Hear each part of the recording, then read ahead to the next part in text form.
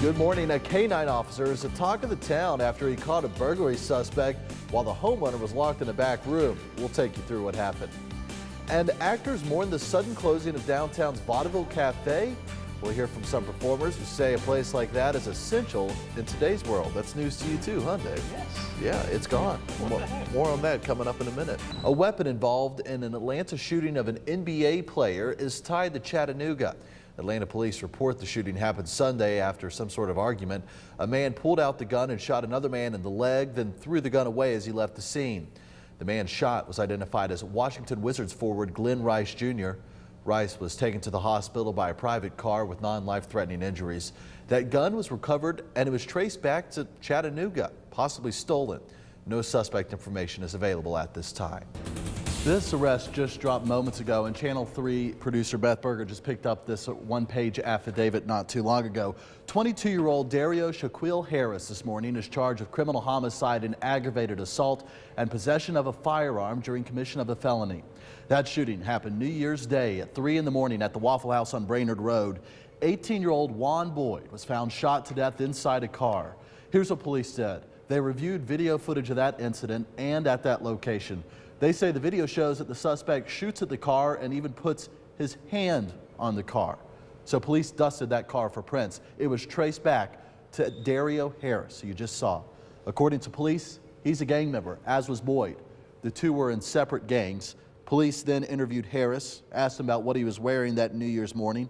The clothing he described was the same as what the suspect was seen wearing in that video. That, plus the palm print recovered from the vehicle, was enough to arrest him this morning on criminal homicide charges. His bond is set at more than $1 million. He's due in court in front of Judge Gary Starnes next Tuesday. And you can read more details on this case by reading producer Beth Berger's story on WRCBTV.com. That'll be posted in just moments.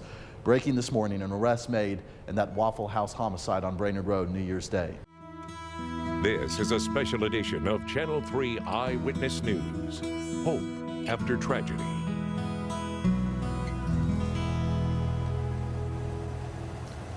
4:30 is your time, and a good morning to you. We're reporting once again live this morning from Lee Highway as we approach almost 1 week after that deadly rampage began at this site. This morning we have new details, including funeral arrangements of some of those fallen Marines and that sailor. Those details coming up next. Latrice, this is some very interesting information we got yesterday that shows via the military that a Navy officer and a Marine fired their weapons hoping to either kill or in some way subdue that 24-year-old gunman before he took the lives of those 5 service members. This report coming yesterday from the Navy Times, that's a military-based publication. It cites multiple military officials familiar with this internal investigation and this reporting on this tragedy. The report shows it's still unclear if the suspect was hit by gunfire from either of those service members. It's not known why the 2 servicemen were armed. As you know, it is against Defense Department policy for anyone other than military, police, or law enforcement to carry weapons on federal property. Meanwhile, funeral arrangements are beginning to be made for some of these victims, including Staff Sergeant David Wyatt. We learned yesterday that funeral will be held Friday at 1 o'clock at Hickson United Methodist Church. He will be buried at the Chattanooga National Cemetery. And then there's Navy sailor Randall Smith. He will also be laid to rest at the Chattanooga National Cemetery. His funeral arrangements and those of the other servicemen, though, have not yet been announced. This as Georgia Governor Nathan Deal was among hundreds of mourners last night in the hometown of one of those service fallen members. 21-year-old Corporal Squire Skip Wells was praised as a hero in his hometown. And Channel 3 Eyewitness News anchor Greg Glover has more. Wells comes from a family of veterans. His grandfather, great-grandfather, and father all served in the military. There was also a military flyover last night, and Gunny Ingram has asked that the ROTC classroom be named in the Lance Corporal's honor. Well, as the community prepares to lay those 5 fallen servicemen to rest at the Chattanooga National Cemetery, the City Council is banding together trying to decide if there's something they can do to keep protesters out and away from those funerals. Deputy City Attorney Phil Noblet told City Council members that federal laws passed in 2006 require demonstrations at federal cemeteries to be approved by the cemetery superintendent and could only happen an hour before or after a funeral. State laws also ban protests from happening within 500 feet, and it prohibits sound equipment or signs. Mary Stagg spoke to council members last night asking the city to look at some loopholes that federal and state laws don't cover. She's asking the city to pass a 60-day ordinance similar to one in Charleston. And council members agreed, voted unanimously to hold a special session and look at how the city will offer that protection. You can stay with Channel 3 for updates.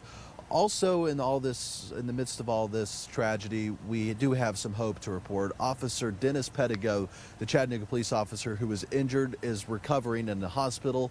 He's going to be okay, and the city is coming together and has so far raised $15,000 for Dennis Pettigo on a GoFundMe page. Master Patrolman Pettigo was shot in the leg during a shootout with that gunman. Officials say the 17-year police veteran heard the gunshots inside the Navy Marine Reserve Center Thursday and without hesitation ran towards the bullets to protect and serve. His immediate supervisor, Sergeant Gary Martin, started a GoFundMe account for Pettigo's family, and so far this morning has raised more than $15,000. Well, loved ones say Officer Pettigo has a long road to recovery, physically, emotionally, and financially. You can find a link to that GoFundMe site launched by Chattanooga Police on our website, WRCBTV.com. Meanwhile, President Obama spoke about the 5 fallen servicemen yesterday to a group of veterans in Pittsburgh. Here's what he had to say. The president said that ISIS is working to inspire individuals to carry out attacks in the U.S., and he said the government is working hard to protect citizens and members in uniform. This as the flag at the White House was lowered to half-staff. Once again, the flags lowered to half-staff yesterday in Washington, D.C., at the Capitol building, at the White House, and across federal agencies and government buildings in the U.S., including here in Chattanooga, Tennessee. More live updates throughout the morning from Lee Highway. I'm Dan Kennedy reporting live, and we'll be back after this.